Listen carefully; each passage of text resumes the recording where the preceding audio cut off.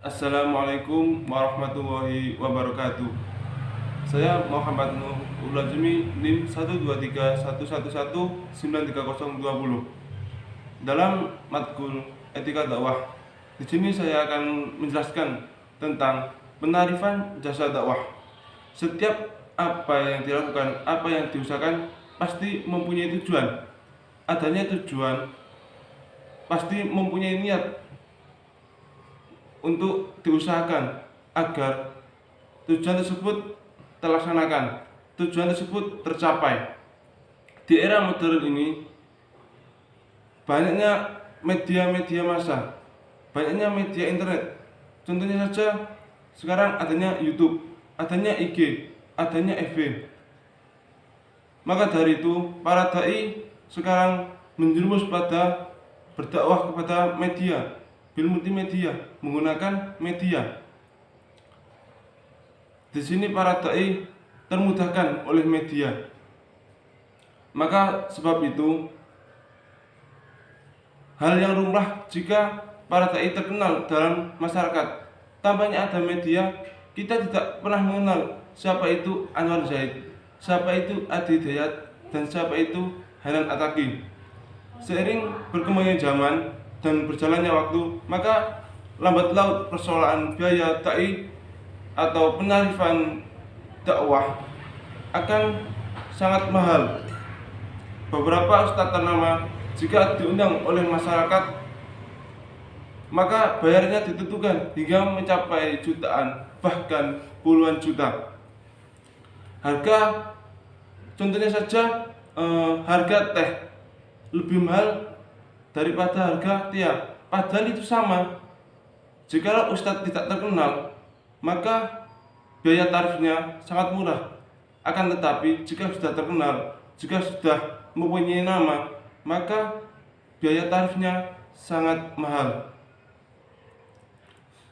Dai menjadi terkenal atau mubalik itu melalui media, semuanya melalui media.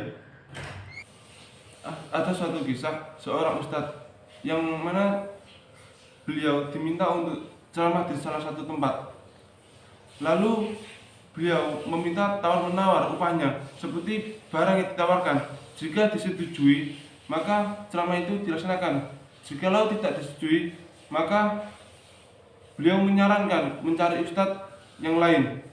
Seorang dai yang mematok harga tertentu kepada pengundangnya akan berkurang nilai ibadahnya. Dalam berdakwah, dakwah itu adalah menyeru, menyampaikan, mengajak. Maka di sini disalahartikan jikalau ada biaya tarifnya, jikalau mematok harga tarifnya. Ini ibadah atau jual beli seperti barang, sehingga menyuruh ustadz lainnya hingga terasa betapa semua itu dipermainkan karena biaya. Setelah jasa seolah orang penceramah agama itu disamakan dengan jasa penghibur, penyanyi atau pelawak. Ketika mubalik menetapkan biaya untuk ceramah melalui manajernya, di sini seorang dai yang terkenal, seorang ceramah yang terkenal pasti mempunyai manajer seperti kalangan artis yang mempunyai manajer. Tidak sedikit masyarakat akan mempermasalahkan sampai seorang ustadz yang meminta maaf, mengklarifikasi jikalau ada salah dari manajernya, seperti itu. Di mana yang benar dan mana yang salah mengenai kedudukan tarif biaya dakwah. Apakah sesuai jika hal itu dilakukan? Itu adalah tanda tanya bagi kita semuanya, bagi masyarakat. Para ulama memiliki pandangan yang beragam. Setidaknya ada 3 pandangan berbeda mengenai hal tersebut. Yang pertama, yakni Imam Hanafi.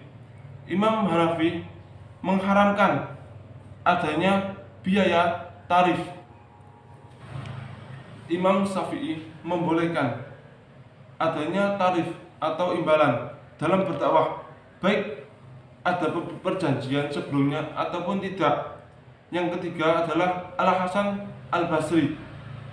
Al-Hasan Al-Basri boleh adanya bayaran dalam berdakwah, akan tetapi harus diadakan perjanjian.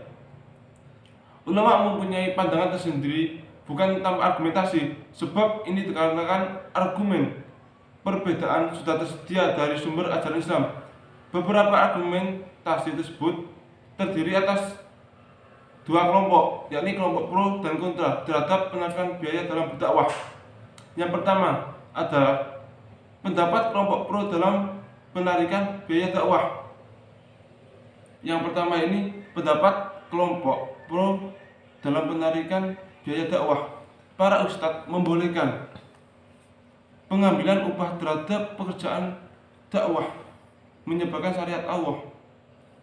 Mereka beralasan bahwa semua tidak ada yang gratis, apalagi di zaman sekarang, di zaman modern, semuanya tidak ada yang gratis. Ada lagi yang berpendapat bahwasanya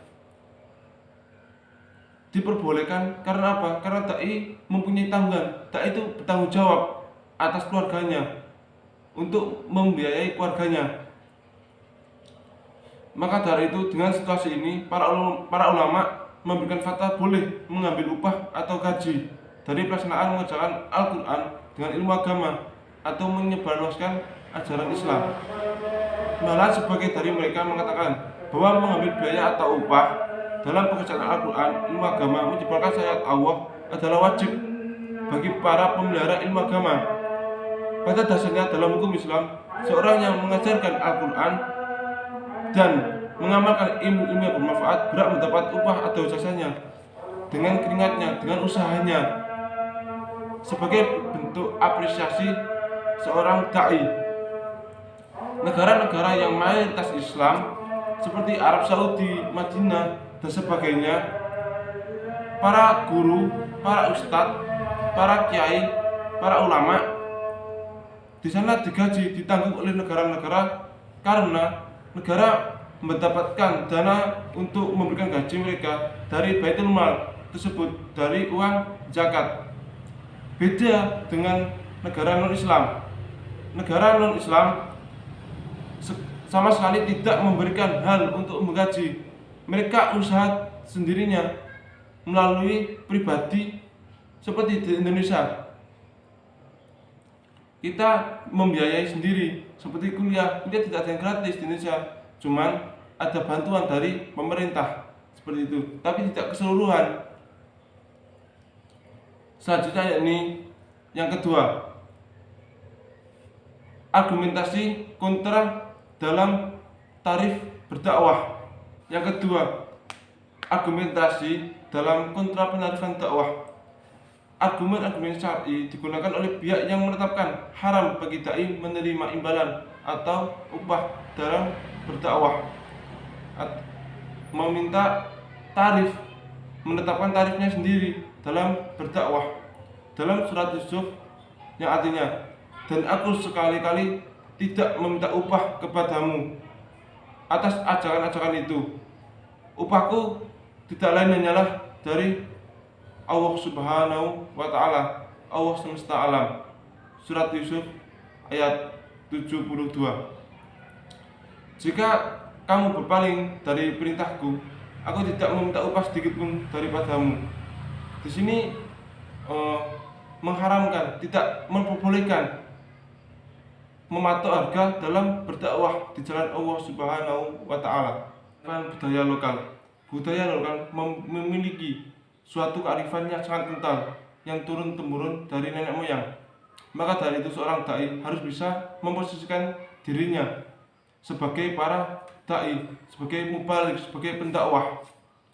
Jikalau para dai semena-mena menambahi atau menghilangkan budaya lokal, jangan heran nyawa sebagai taruhannya, karena budaya lokal adalah sangat kental bagi masyarakat. Apalagi di Indonesia sangat banyak budaya-budaya, sangat banyak suku-suku yang mempunyai budaya masing-masing, mempunyai suku masing-masing. Maka dari itu, kita sebagai pendakwah, kalian semuanya bikin pendakwah atau seorang dai, jangan semena-mena menghilangkan budaya lokal atau menambah-nambahi budaya lokal. Jika kita ingin diterima dalam budaya lokal, maka kita harus bisa memposisikan diri sendiri. Apa yang dibutuhkan oleh masyarakat dan apa yang dilarang dalam masyarakat. Contohnya saja di budaya Jawa, di Jawa, seorang dai itu adalah panutan bagi masyarakat, bagi mad'u.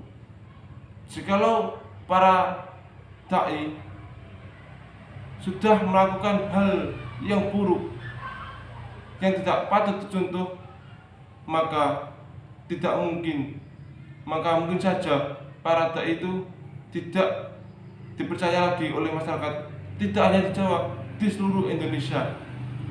Jikalau satu kebohongan, satu kejelekan, pasti semuanya tidak jelek oleh masyarakat.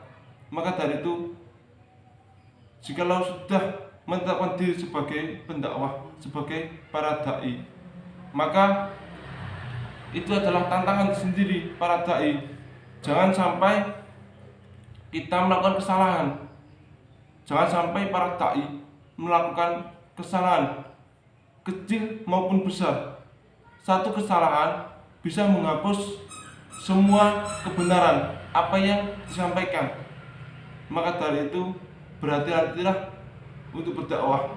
Jaga lisan, jaga sikap, jaga sopan santun, jaga jiwa kita, jaga rohani kita, agar kita sebagai dai juga bisa menceramai diri sendiri, berdakwah di dalam diri sendiri, tidak hanya saja berdakwah kepada orang lain. Sekian dari saya. Wassalamualaikum warahmatullahi wabarakatuh.